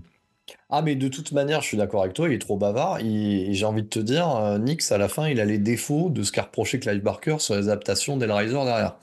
Donc, c'est-à-dire un mec bavard. Et Ouais. alors, moi, et c'est ça, il faudra me le dire, hein, parce que bon, je veux dire, il est paradin, le Nix, hein, et il a quand même un mandrill, hein, putain de merde. Moi, j'ai regardé le truc, et j'ai été chercher sur Internet, hein, je suis devenu un spécialiste du mandrill, hein. Le mandrill, C'est quoi? alors, pour résumer, c'est le primate que tu vois au début qu'il a en laisse, hein. Moi, j'ai trouvé ça dingue. Dans ce Ah film, il y a oui. des trucs, je sais pas si t'imagines. On fait un film tous les deux, t'imagines. Et là, je te sors. Ouais, et alors là, le méchant, en fait, il se trimballe avec un mandrill. T'imagines, le truc, putain de singe, qui sert à rien d'ailleurs, hein. Il met juste des coups de gris. Alors, pépitas. Donc, t'as quand même une petite gamine qui est là, et t'as le mec qui arrive avec son croque-top dégueulasse et son mandrill. Oui, il est là pour toi, ou je sais pas. Tu sais, j'étais là, je dis, ah ouais, ok. Mec, il Ouais, se fait plaisir hein, dans son petit squat tout pourri, là, ouais, c'est avec vrai son qu'il n'est pas mandrill et ses petites exploité. filles. Ouais, ouais. Et, et ce qui est fou, c'est que, dis-toi quand même, parce que j'ai beau apprécier beaucoup le film, je ne comprends toujours pas pourquoi il en veut du coup à cette petite fille et au personnage de Famke Janssen. On ne sait toujours pas à quoi elle est censée servir. Donc Oui, ouais, c'est vrai. sûrement une Un sacrifice. offrande. Ouais, une sorte de sacrifice, on peut le supposer comme ça. Ouais. Ouais, mais il balance tous ses amis là dedans. Donc et puis alors le mec il s'en bat les couilles, hein, il vide le bébé avec l'eau du bain. Tu sais, putain, les autres ils ont attendu, c'est ça qui est taré, tu sais. Ouais, ouais. Ils ont attendu 15 ans qu'ils reviennent. Il y a quand même dans cette version Director's Cut, tu les vois partir, ils tuent toute leur famille, hein, parce qu'ils Ah ont ouais. eu le temps d'avoir. Oui, alors ça c'est quand même, ils étaient sacrément pétés de la tronche, mais ils ont quand même fondé des familles pour les tuer ensuite, pour aller voir leurs potes et leurs potes. D'ailleurs, il faudra qu'on m'explique pourquoi. Alors oui, il y a le côté de la nouvelle chair à la Cronenberg, mais pourquoi s'arracher les cheveux, c'est gratuit, pour ensuite finir dans le gouffre. Et l'autre qui dit j'en ai rien à foutre de vous, c'est top, j'ai adoré. Ouais, Moi, c'est Nix, il vrai. m'a fait régaler. Et dans la version cinéma, tu vois pas tout ce mouvement, en fait, t'as l'impression. Et même à la fin, moi, je me suis étonné qu'ils étaient toujours dans cette ferme, dans le Texas ou dans l'Arizona, là, je sais pas, dans ce désert. Et t'as l'impression qu'en 15 ans, ils n'ont rien fait. Et ben Et là, ils ont même pas vieilli. et ben là, ils avaient fait des choses parce que tu les vois. Il y en a un qui travaille dans une sorte de FedEx, donc il tue. Il ouvre son placard avant de partir, il y a sa femme qui est morte dedans, il y a une meuf qui tue ses enfants, c'est gratos hein, ça aussi, hein. Donc tu vois, Barker, il a pas changé là-dessus, hein. Donc c'est gratos. Mais et tu vois, ça me fait penser à un autre truc que j'avais relevé aussi, et précurseur là-dessus, parce que on pourrait y voir aussi dans ce qu'il montre, c'est ce que tu as avec le terrorisme, avec les cellules dormantes aussi. Où des gens, du Ouais. jour au lendemain, en fait, ils pivotent. Donc, il y a quand même plein de trucs. Et, et c'est vrai que Nyx, tu pourrais te dire, bon, ok, le mec, il maîtrise la magie, il veut mettre à mal le monde, mais bizarrement, il reste toujours dans son squat à la con, avec des pauvres types. Au final, j'ai pas l'impression que toute son équipe s'assoit dans ce squat les fils électriques les mieux câblés de la bâtisse, Mais si tu c'est vois ce clair. que je veux te Bah oui, dire. oui, oui. Ça manque un peu d'ambition et de moyens. Et il y a un mec dans l'équipe, dis-toi bien qu'il y a un mec dans l'équipe, lui, il sort de cabale. Tu sais, il y avait un mec avec des serpents dans Cabal. Et Ouais. ben, il y a le même mec avec les serpents, c'est gratos. Et d'ailleurs, il y a une petite storyline, c'est-à-dire, voilà, si tu te posais la question, Cédric, qu'a fait ce mec pendant 15 ans? Eh ben, il a travaillé dans un zoo où il y a des serpents. Voilà. Ah, Et il repart avec des serpents. et Du ça, tu zoo. le vois dans la version longue. Voilà, et c'est très important. Donc du coup, au moins il y a une forme de cohérence dans ce truc-là. Donc, effectivement, on peut se poser des questions. Bon, ça restera un mystère. Voilà. Et l'autre mystère aussi, c'est parce que là, Alors, on attends, a... moi, j'ai peut-être Oui. une réponse au mystère, parce que comme à la fin, Nix, genre, je sais pas, je pense qu'on a 10 minutes de bavardage quand même, Mhm. ou moi, il m'a un peu fatigué sur la fin, Nix, Oui, il j'attendais est comme les méchants des James Bond. Il t'explique Voilà, tout son plan. voilà, j'aurais tellement aimé qu'il sorte de sa ferme et qu'il nous montre finalement quel est le potentiel de sa magie et de son pouvoir, tu vois, ou de son intention occulte. Et à la fin, il dit des choses quand même. Moi, c'est un petit peu comme tout à l'heure entre le chemin qui sépare le coquin du divin. Oui. Euh, Ça il t'as rac- pas aimé. Ça, on a compris, t'as pas aimé. Ça t'a pas Non, plu. mais c'est le côté Barker où il t'en balance une et des fois, je suis pas convaincu qu'il y ait beaucoup de fond. Et j'ai l'impression des fois que c'est un peu de la posture. Et Nix, alors j'ai essayé hein, de m'attarder sur ses motivations. Et à la fin, il explique que la vie est débile. Alors, Oui. j'ai Eh ben trouvé oui, ça c'est un peu, important, ça. C'est j'ai important de le trouvé, dire. j'ai trouvé Voilà. ça un peu Chers triste. auditeurs et auditrices, si vous posez la question, Nix Ouais. a répondu pour vous, la vie est débile. Et il dit, on pourrira tous dans notre merde. Bon, Ouais, ok. mais voilà, la vie c'est de Bon, la merde, et vous êtes tous des cons, vous êtes tous crevés. Et il est top le gourou. voilà. Et le seul truc que j'ai réussi à choper, c'est qu'il dit qu'il a voulu devenir Dieu, mais qu'il a Hmm. changé d'avis. C'est normal ça. Attends, Cédric, si toi tu Voilà. devenais Dieu, tu changerais pas d'avis en cours de route? Bah, je sais pas, j'ai jamais voulu Attends, devenir attends, Dieu. je te rajoute une phrase qu'il a dit parce que il a vu le monde d'en bas. Eh oui. Oui, oui, oui. Et après, il a dit, il a changé d'avis et il tombe là il tombe dans le puits des abîmes, des enfers, un truc comme ça. Je crois que c'est lui Pe- qui. Bon, là, Peut-être qu'il s'est il m'a dit, perdu. honnêtement, ouais, je veux dire, le pote Nix, là, on va se mettre à sa place. Il a peut-être réfléchi à l'énergie à déployer pour rendre le monde meilleur. Il s'est dit que tout détruire serait plus simple. Tu vois? Ouais, mais là, on est vraiment dans. Je pense que euh, il y avait une envie de parler de Manson, de Charles Manson, tu vois, et de sa secte Oui. et comment ça fait basculer un pays cette histoire. Et je pense qu'il avait envie d'exploiter cette idée-là. De la remettre dans une situation plus moderne et plus fantastique.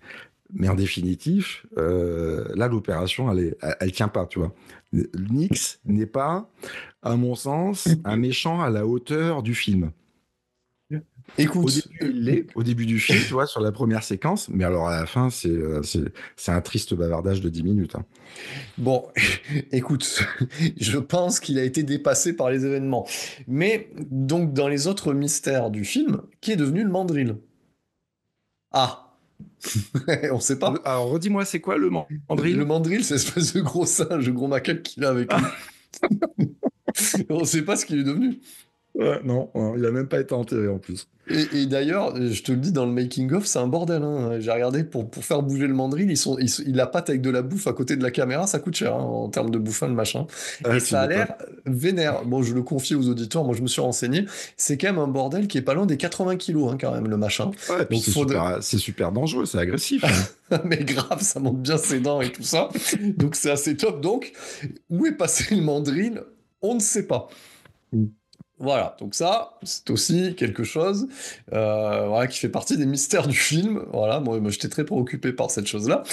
Mais alors, quand même, à se le dire, hein, moi c'est une question, hein, Clive, hein, si un jour tu écoutes ce podcast, hein, parce que franchement, et on te sauce, hein, Clive, hein, depuis le début, mais alors, va falloir m'expliquer ce qui t'est passé dans la tête quand tu as décidé de mettre des images de synthèse. Hein.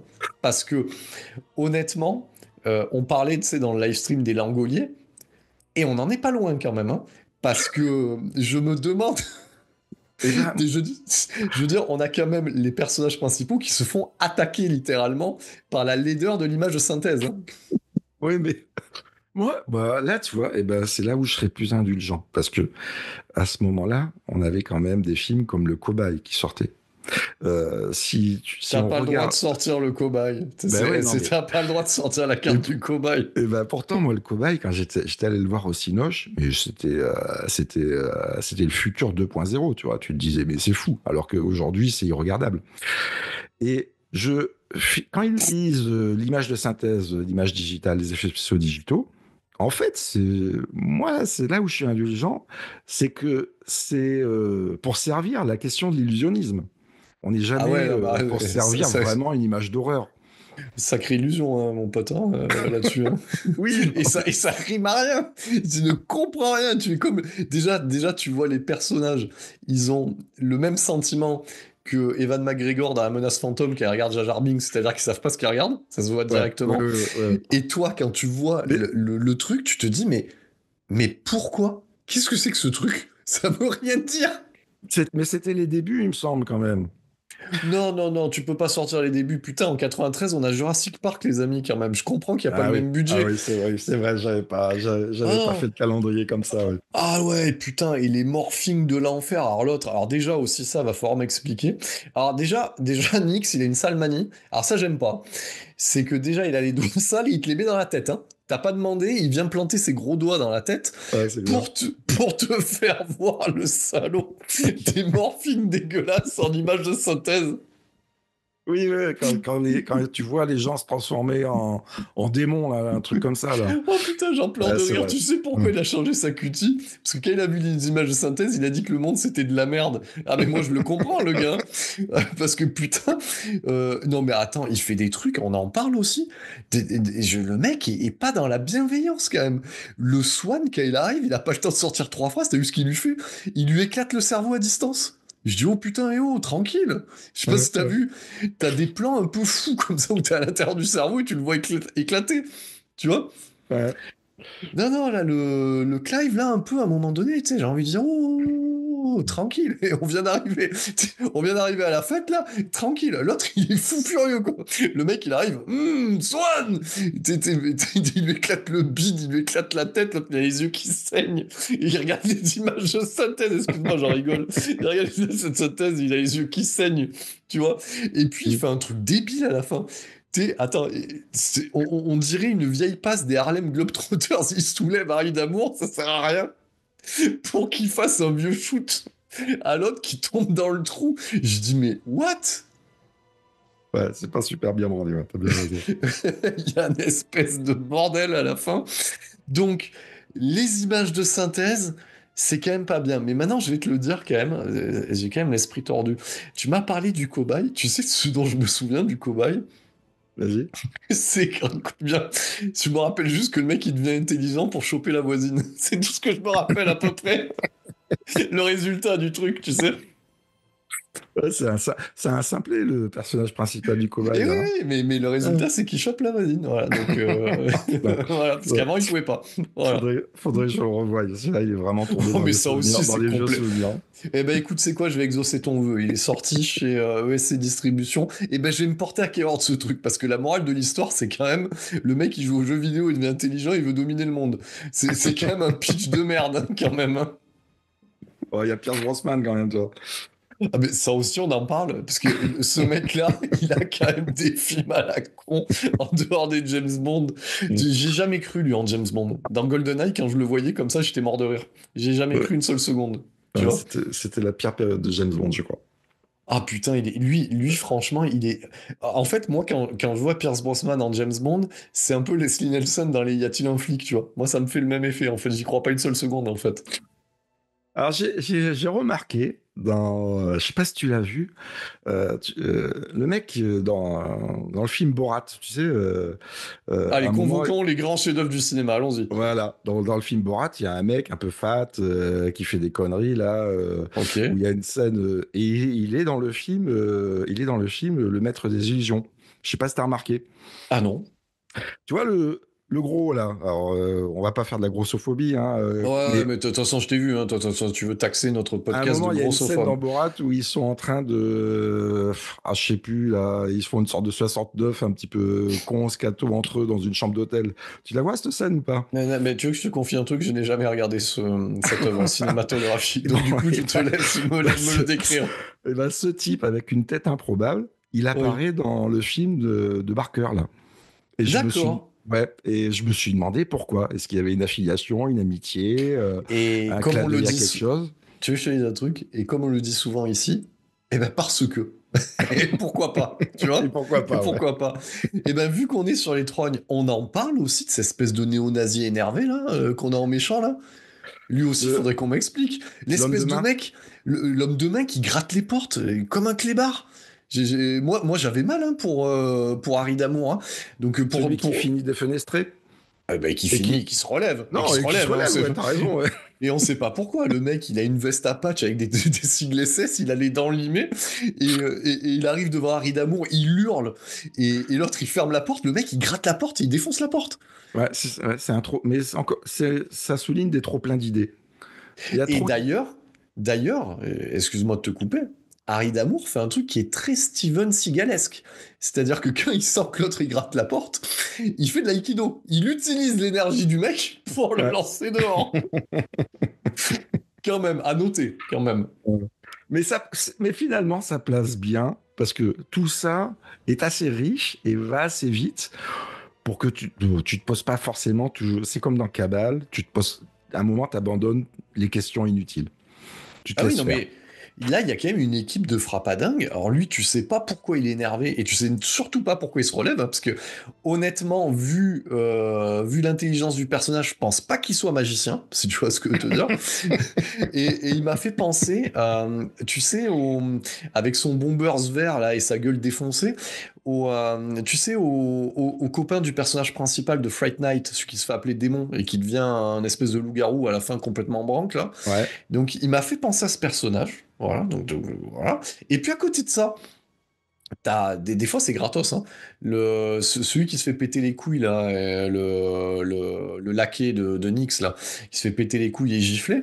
Et alors au début du film, il est albinos. Au niveau des sourcils, plus trop après. Ouais. Il y a des trucs, tu sais, c'est là. Et why not? Voilà. Ouais. Et pourquoi pas? Ouais. C'était Hein? écrit sur. C'est des trucs écrits sur des post-it qui sont réunis et puis ça passera. On doit se dire ça passera. Mais par contre, j'ai compris quand même un truc à la revoyure, et c'est pour ça que ça sert la vérif. C'est que moi, quand j'avais vu le film à l'époque, tu sais, t'as le début là où t'as cette espèce de. C'est quoi? C'est un espèce de marabout, le mec il est à moitié marabout là, et qui s'est pris tous les couteaux. Le blague de l'histoire. Voilà.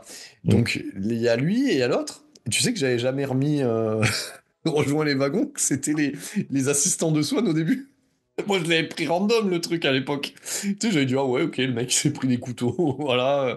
Et j'ai fait, ah, quand j'ai regardé le truc, tu vois.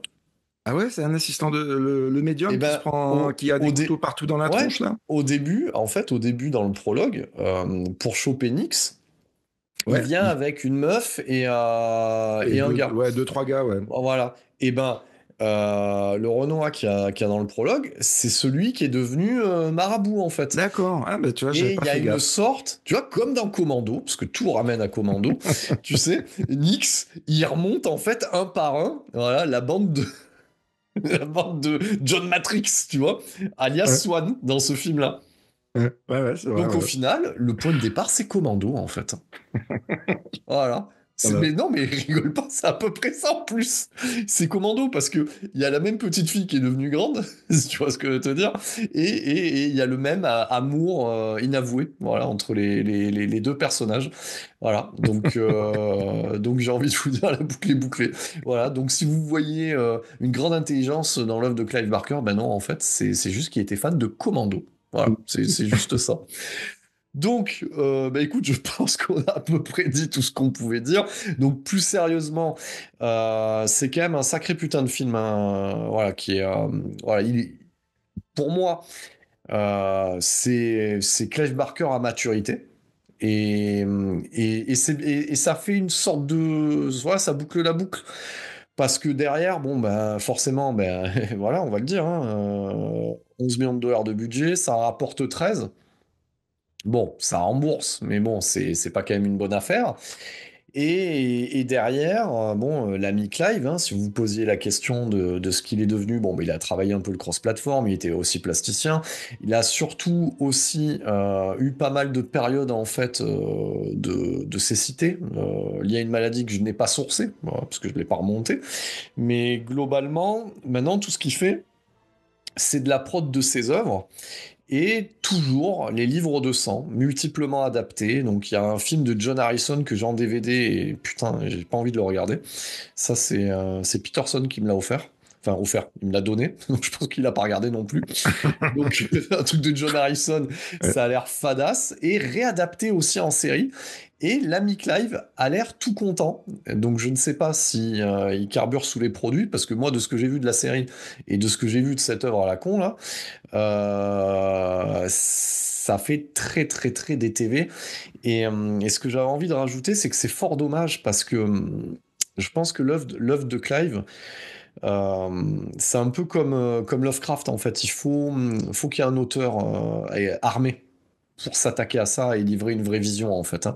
Alors, je vais pas relever, il y en a qui se sont cassés les dents, hein, notamment le duo Mori-Bustillo sur une nouvelle version d'Hellraiser. Donc beaucoup ont tenté, mais je pense qu'il faudrait un artisan hors pair. Et tu sais quoi, Cédric? Il nous écoute pas, mais je vais quand même le dire. Le seul aujourd'hui que je verrais qui aurait les coups des franches et qui saurait gérer un moyen budget pour adapter ça, eh ben, je pense que c'est Ty West, tu vois. Ty West, je le verrais bien adapter du Barker. Et je pense qu'il le ferait bien. Ty West, celui qui a fait Maxime, ces Ouais, films-là, là. ouais, il a une esthétique et un jusqu'au boutisme avec des petits et moyens budgets. Et je pense que ce mec-là, quand tu vois X ou notamment les débordements qu'il y a dans les claques bars, je pense qu'il serait apte à adapter du Barker. Donc Ty West, si tu nous écoutes, bah, faudrait t'y coller, mon ami. Ouais, bah moi, Barker, tu vois, sur les trois films, ce qui m'en reste, c'est une imagerie forte et intéressante. En tout cas, c'est toujours intéressant à regarder. Euh, mais je pense qu'il y a un problème de tri. Euh, Voire peut-être, tu vois, il y a une sorte de... Alors, je voudrais pas poser un jugement parce que c'est pas l'intention, mais euh, moi, je ressens comme une sorte de golden boy un peu capricieux qui a pas su faire les bons compromis, les meilleurs choix, et qui a pas profité à son œuvre. Et la meilleure démonstration, c'est que bah, ces trois films lui ont pas permis d'en faire un quatrième, toi. Oui, ça se tient, hein, parce que quand tu relèves un peu les offs, on lui a fait du chaud-froid, hein, on l'a accueilli à bras C'est ouverts, ça, puis c'est du chaud-froid, remercié, ouais. on l'a amené en soirée, puis après on lui a dit, voilà, on te met à l'écart. Donc je pense qu'il y a ce côté-là. Mais honnêtement, quand tu vois le matériau et ce que j'ai avancé par rapport à Harry d'Amour, le crossover. Putain, il suffirait. Tu vois, je pense à notre, à notre ami là, qui adapte du Stephen King sur Netflix. Là. Ah putain, j'ai perdu son nom, là. Le mec qui est derrière des mini-séries, etc., qui avait fait. En plus, je l'ai traité ici même. J'ai perdu son. Ah voilà, Mike Flanagan. Tu vois, qui a fait Doctor Sleep, etc. Il Mm. faudrait, je pense, un gars qui s'y attelle, parce que si tu refais un bon Hellraiser, hein, donc tu vois, déjà, rien que faire ça, tu refais un bon Hellraiser et que tu te dis je vais refaire, peut-être pas Lord of Illusion, mais une autre histoire d'Harry d'amour pour amener tout ça vers un crossover. Et t'aurais peut-être trois quatre films, voire 5 qui auraient du sens si on met pas des bâtons dans les roues, hein. Tu vois, je pense qu'il y aurait. Et putain, je veux dire, c'est pas faute, là, toutes ces plateformes à la con, là, auxquelles on est abonné ou pas, là. Je veux dire, qui sont tout le temps en train de chercher des trucs. Putain, là, je veux dire, t'as quand même l'œuvre de Clive Barker. Si tu te sens un peu les doigts, tu peux faire un truc qui coûterait pas des 100 et des 1000, hein, mais un truc assez cool, hein. Ouais, c'est possible, ouais. Mais après, c'est une imagerie. Je suis pas sûr que ce soit à l'époque en ce moment, tu vois, d'une imagerie comme ça. Eh ben, écoute, tu sais quoi? On va le faire toi et moi. On va aller faire de on va aller faire de la levée de fonds là. Je vais trouver et en France, tu sais, on va franciser le truc là. Je vais trouver une gueule de con pour faire Harry d'amour là, un mec qui sent le whisky là, tu vas voir, et de faire un truc là et tu sais comme à la grandeur des VHS là. Tu sais le film pas plus d'1h25 hein, tu sais. Et voilà, ouais, on va s'en faire du truc. Bon, parlons un petit peu parce que bon, c'est une vérif. Parlons un petit peu de ce qu'a pu faire le chat qui fume. Eh ben, moi, je l'ai redécouvert dans un master Blu-ray qui est plutôt bien. Voilà, bon, alors, bien entendu, forcément, c'est un master importé, donc, et derrière, bah, il y a toujours un peu de grain, on fait ce qu'on peut avec le tirage original, même si on retouche un petit peu, mais en tout cas, franchement, c'est plutôt du beau boulot. Ça m'a permis de voir la Director's Cut, ça m'a permis de voir Harry Damour et Dorothea dans d'autres conditions, si tu vois ce que je veux te dire. Donc D'aller plus loin. Ouais, ben, je vais te donner l'anecdote. Donc ma copine rentrait à ce moment-là, elle me fait ah mais ça va, on s'emmerde pas. Je dis bah, écoute, on se met bien. Voilà, tu vois, on traite du Clive Barker, on profite, on mène l'enquête un petit peu comme Harry Damour, et tu vois, hein, on se fait plaisir. À noter que dans cette galette, il y a quand même un documentaire d'1 heure. Voilà, où Clive Barker nous parle, hein. Donc documentaire avec des roches d'époque en 4 tiers, donc de l'ASD, et ça s'appelle L'illusion de la réalité. Et ben ça m'a permis de voir quand même que Clive Barker pilotait des grues, donc du coup qui faisait les mouvements. Et tu veux que je te dise un truc, il a un petit cigare quand il parle. Tu vois, Oh. toujours très commando cette histoire, hein. Tu Moi, vois, je l'imagine pas comme ça.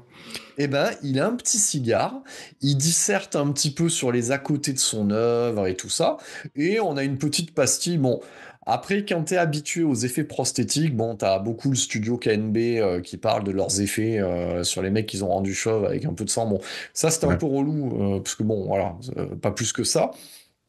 Et pareil, c'est autre bonus qui est dans les faits un bon bonus, mais qui moi ne m'a pas aidé, qui est lors de Clive Barker, 45 minutes où nous avons l'éditeur Guy Astic derrière édition Rouge Profond, et j'ai marqué il spoil le salaud. Et ben le salaud il m'a tout spoilé. Donc j'avais récupéré les œuvres littéraires et je l'ai vu au moment où il en parlait. Il fait on peut le dire, bon on va le dire, et j'ai fait non, et il a commencé à dérouler en fait tout ce qui arrive à Harry Damour après dans les œuvres littéraires. Donc, les amis, si vous récupérez cette œuvre et que vous souhaitez lire les bouquins, si j'ai un conseil à vous donner, vous regarderez le bonus quelques temps après. Parce que alors là, il m'a tout donné, hein. Voilà. Ça a été un Wikipédia assez rapide.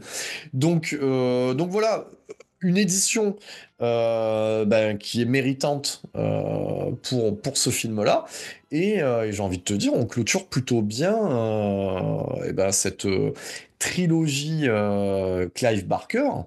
Et les auditeurs, auditrices pourraient se dire, s'ils suivent toujours, que normalement, 3 vérifs, on compte pas l'épisode bonus sur live stream, il y a toujours 3 vérifs avant un épisode long.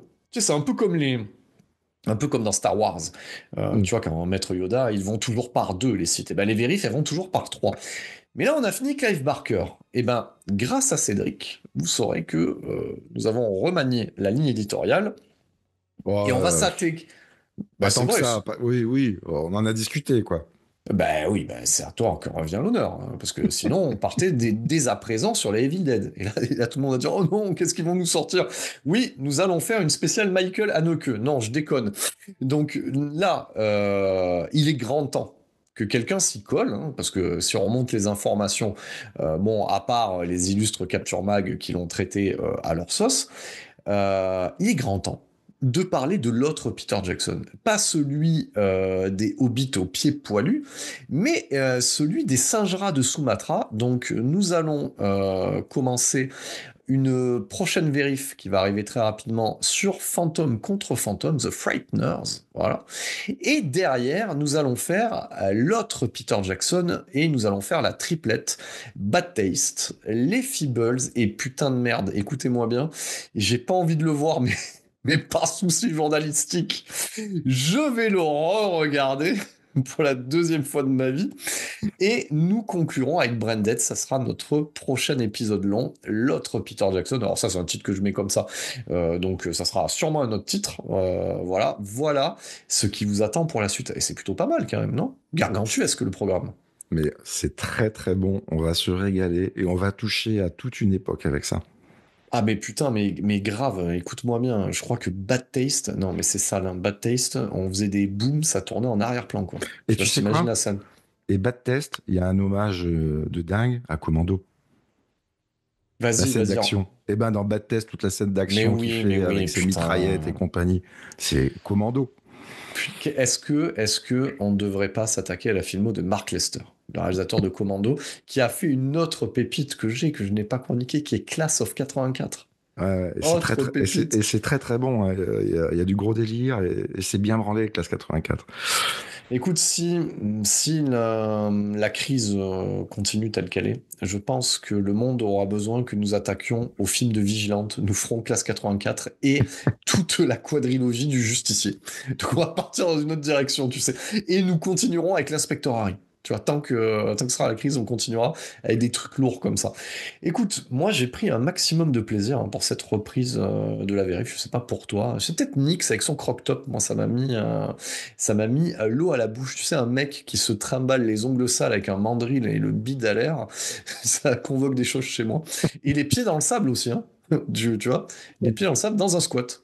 Voilà. Ouais, un mec qui te rappelle que la vie c'est de la merde, c'est toujours sympathique, de toute façon. Mais il est précurseur aussi. Si tu regardes bien, un groupe comme Slipknot disait people égale shit. Donc je veux dire, bon, au final, je veux dire, ça se discute. Comme le dirait un illustre présentateur français, qui lui aussi était loin d'être clean. Donc merci encore à toi, Cédric. Nous on se retrouve Bah, merci Edu. Eh ben, c'est un plaisir de t'accueillir ici même, hein. Voilà, maintenant tu as ton fauteuil, ton micro, tes souliers, ton verre juste à Et mes côté, hein. crocs. Et mes crocs. Et tes crocs, alors ça c'est pas dans le kit, le starter pack 7ème dimension hein, quand même. Hein. Donc normalement on est plutôt avec de la tiag, tu vois. Donc le pied moulé à l'intérieur, transpirant, tu vois. Donc comme j'en ai l'habitude ici même, hein, et voilà, toi tu en prends l'habitude aussi, et ben c'était la 42e dérive de 7ème dimension. Et on n'oublie pas, et ben à 7ème dimension, notre créneau à nous, putain de merde, bordel, c'est Cinéma de genre. Merci pour votre écoute.